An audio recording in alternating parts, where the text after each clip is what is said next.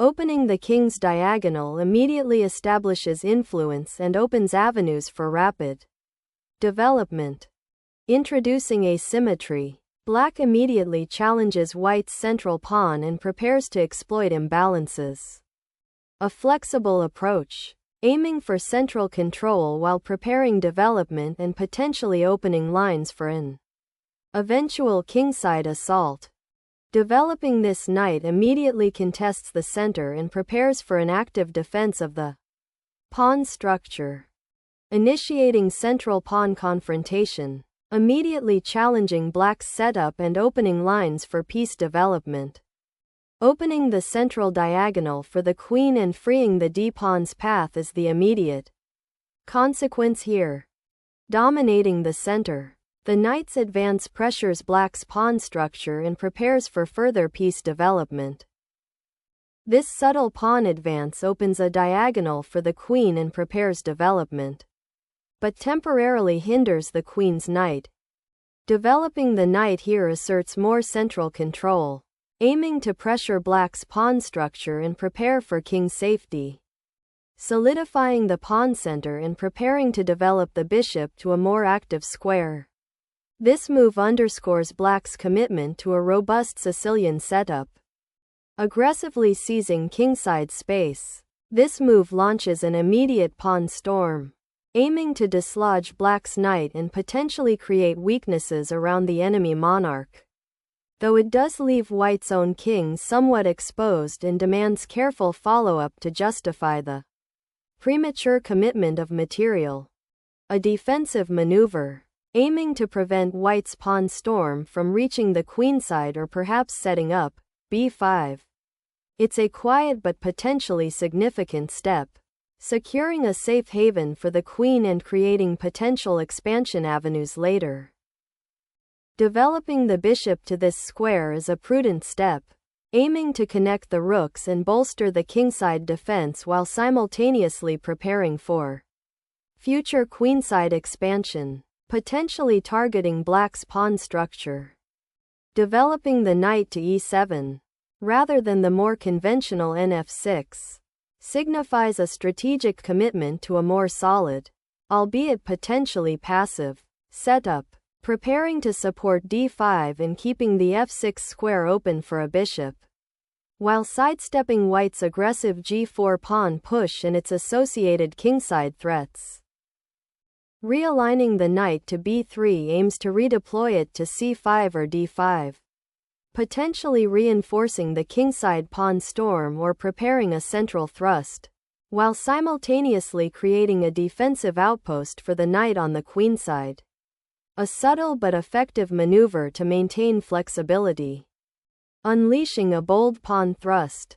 Black aggressively seeks to outflank white's kingside buildup and claim vital queenside space. This ambitious counterthrust aims to disrupt white's harmonious development and potentially open lines for counterplay, though it also introduces potential weaknesses on the queenside if not supported diligently.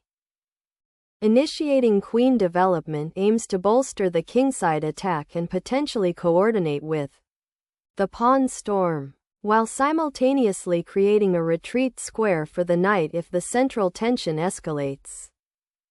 Seeking to disrupt white's pawn avalanche on the kingside, black redirects the knight towards the queenside, aiming to control the crucial b4 square and potentially launch a counterattack along the a-file. This maneuver prepares to challenge white's encroaching pieces and offers a new avenue for development. Unleashing the kingside attack. White gambles on aggressive expansion by castling queenside, aiming to storm black's territory with pawn advances and piece pressure. The knight dances into the advanced outpost, immediately creating a prickly problem for white's queenside structure and threatening to disrupt white's kingside attack by targeting the light-squared bishop. Unleashing a bold pawn thrust. White aggressively challenges the queenside pawn structure, aiming to disrupt black's development and potentially create attacking avenues down the f-file, all while ignoring the immediate tactical implications of the central knights. Black aims to free the pinned knight on c4 by connecting the rooks and preparing to contest the c-file, a crucial pathway for white's queenside pawn advance. Unleashing the rook to d4 aggressively challenges black's queenside expansion, aiming to control the d-file and potentially create weaknesses around the black king, though it does expose the rook slightly to counterplay. Bringing the bishop to b7 elegantly supports the c5 pawn's advance, solidifying the queenside pawn structure and preparing for potential queenside expansion, all while contributing to the development of the queenside minor pieces. Sacrificing material to disrupt black's queenside pawn structure offers a compelling, if risky, path toward open lines and potential initiative. Sacrificing a pawn to shatter the opponent's pawn structure and open lines towards their king is a bold choice, inviting dynamic complications. The queens now confront each other directly across the center, a bold declaration of intent that fundamentally alters the board's dynamic. White, having sacrificed a piece, is now looking for rapid development and initiative, aiming to exploit the open files and the exposed black king. The immediate consequence is a sharp increase in tactical possibilities. Every pawn and piece now carries a greater threat, and careful calculation will be paramount for both sides. Initiating queen trades here simplifies the position drastically, potentially opening lines for your opponent's well-placed knight on a5 and allowing the white rook on a1 to become more active. While it removes a potential attacker, it also relinquishes the tension created by the queen's interaction on the c-file and removes a key defender of black's queenside. The bishop now anchors itself, controlling the crucial diagonal and challenging black's centralized pieces, while white simultaneously prepares to exploit the open files that will inevitably arise. The knight finds a more active square, poised to challenge white's central influence and potentially exploit the weakened d4 pawn. Unleashing a pawn storm along the kingside, this aggressive thrust seeks to pry open lines and exploit the precariousness of black's castled position, aiming for rapid development and attacking opportunities. Steering the knight to a central outpost, eyeing potential sacrifices on f3 or d3, aims to disrupt white's exposed king and potentially unleash counterplay on the weakened kingside. Strategically, this knight's repositioning aims to escape the pawn's immediate pressure on c4 and potentially the e6 outpost, although its current placement on the edge feels somewhat passive, curtailing its influence compared to its prior centralizing potential on f3. Recapturing on c4 initiates a significant material exchange, simplifying the position and pushing the game towards an endgame where white's rook on a5 might become a target if not carefully managed. White has just recaptured the knight, aiming to simplify the position and enter an endgame where the extra pawn structure could become a significant advantage. The symmetry in piece exchanges has reduced the complexities, and the focus now shifts to exploiting the isolated queen's pawn for black on c4, while also being mindful of potential pawn breakthroughs by white. Black's recapture on c8 immediately claims vital control of the open c-file, a crucial artery in this position. This asserts dominance where white's rook had briefly flirted with a vulnerable outpost, now forcing a more conventional struggle for central influence. Targeting the knight on c6 with the knight shuttle from a5 aims to disrupt black's pawn structure and potentially gain an outpost, but it sacrifices tempo and allows black to consolidate. Strategic implication. White's intention is to exchange knights and weaken black's central control, perhaps hoping to exploit the eventual c-file. However, the knight's journey is circuitous, leaving other pieces potentially undeveloped or out of play for crucial moments. Tactical consideration. The move sets up a potential fork if black plays carelessly with their queen. It also forces black to react, rather than allowing them to improve their piece coordination. Positional compromise. By repositioning the knight to the edge, white temporarily reduces their influence in the center. This could allow black to establish a more comfortable pawn structure and develop their remaining pieces effectively. Endgame transition. Asterisk in the long run. If this knight exchange occurs, it simplifies the position. White needs to consider if this simplification favors them, especially with black's slightly more active queen and rook. King safety. Asterisk while the kings are castled, black's rook is now active on the c-file, and white's king remains a potential target if the queenside becomes too open. Seizing the open c-file with the rook, black's audacious capture on c3 is a bold bid to disrupt white's pawn structure and gain active counterplay.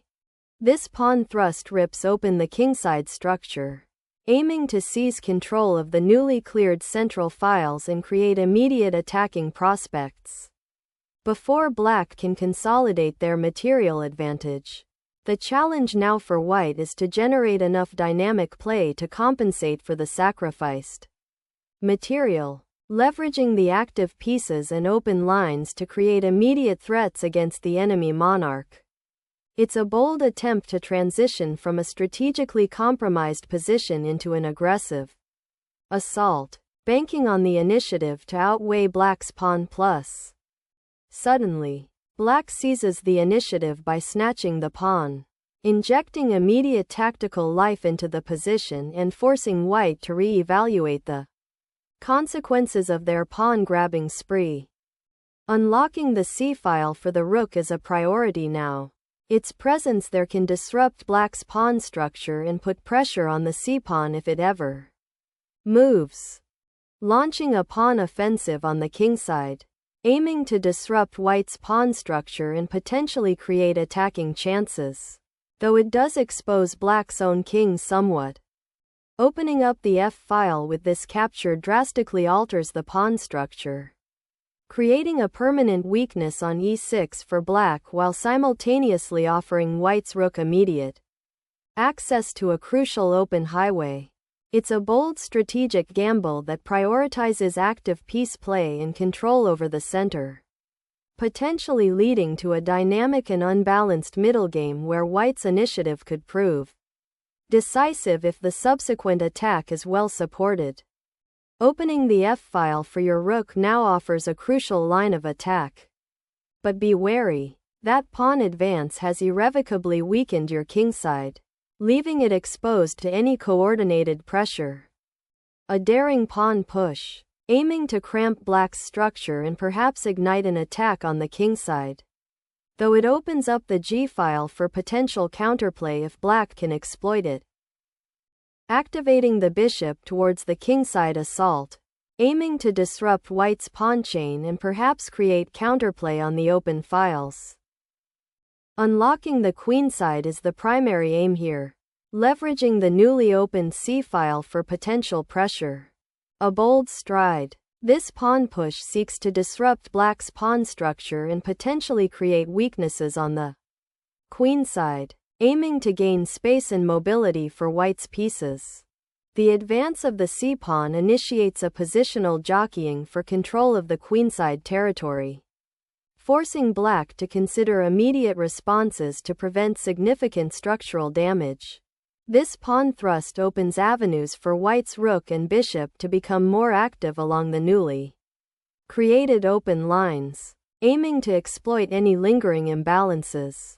Opening up the queenside is the strategic goal, forcing black's pieces to react and potentially exposing black's king to future threats. Pushing the rook to the 8th rank initiates a promising counterattack, aiming to disrupt white's queenside pawn structure and potentially open lines for the bishop on e7. The goal is to create active play in the face of white's central control. The exchange of rooks ushers in a distinctly simplified endgame where black's isolated pawn on c4 now becomes a critical weakness, demanding careful handling if it's to be defended. The bishop now occupies a crucial central square, poised to influence both wings and creating a potent battery with the rook on the c-file should it reappear. This repositioning offers black a more active defensive structure, subtly challenging white's pawn majority on the kingside and hinting at potential counterplay through piece activity rather than static defense. It's a quiet but significant upgrade in black's piece coordination, aiming to squeeze white's often unwieldy position.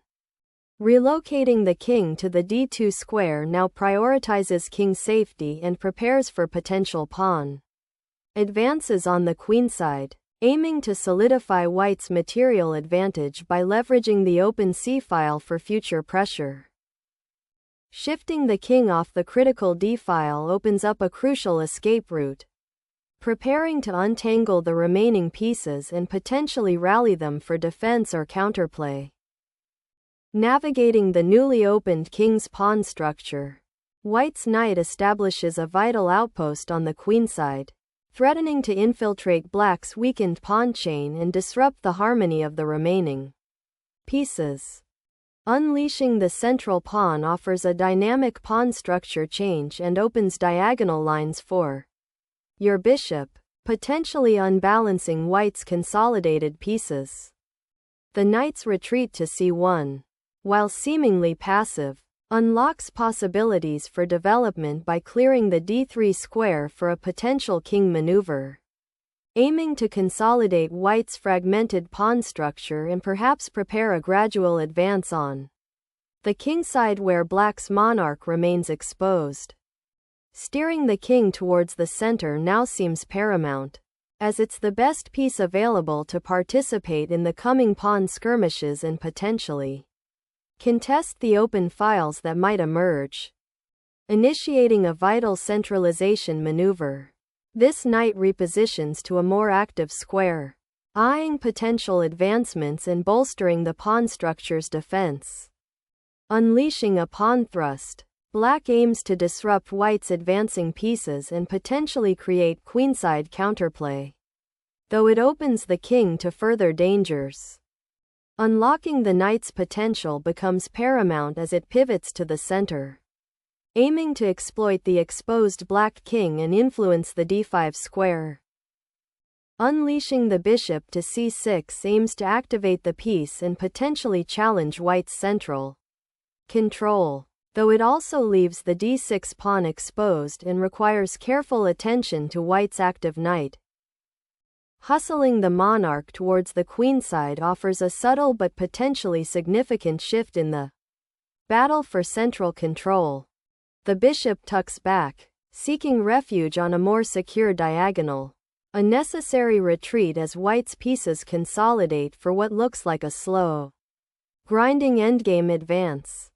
This maneuver bravely ventures the knight into enemy territory, aiming to disrupt black's pawn structure and potentially exploit the weak squares around the king. The objective is to generate active counterplay and create threats that force black to react, rather than allowing them to consolidate their advantage.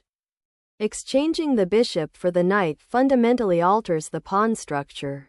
Black now faces doubled, isolated pawns on the c-file, a significant positional weakness that white will strive to exploit, creating attacking chances on the queenside and potentially a passed pawn.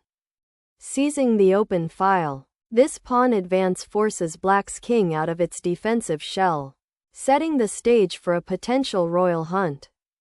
King's adventure into the enemy's backyard begins, seeking shelter and activity amidst the weakened pawn structure. Unleashing a decisive tempo, this pawn check forces the black king out of its relatively safe haven and into a precarious central position, exposing it to further harassment from white's pieces. The black king, previously a passive observer, now boldly strides towards the center, aiming to become a more active participant in the unfolding endgame dynamics. The king's daring march to the center creates an immediate imbalance, aiming to disrupt black's pawn structure and potentially open lines for white's remaining pieces. Instantly, black is creating a potential passed pawn on the h-file, aiming to disrupt white's kingside structure. Attempting to solidify the pawn structure on the queenside, this maneuver aims to prevent black's king from finding further refuge on the queenside and simultaneously block the a-pawn's advance. But it might be a touch too slow, potentially allowing black's centralized king to exert more pressure in the center.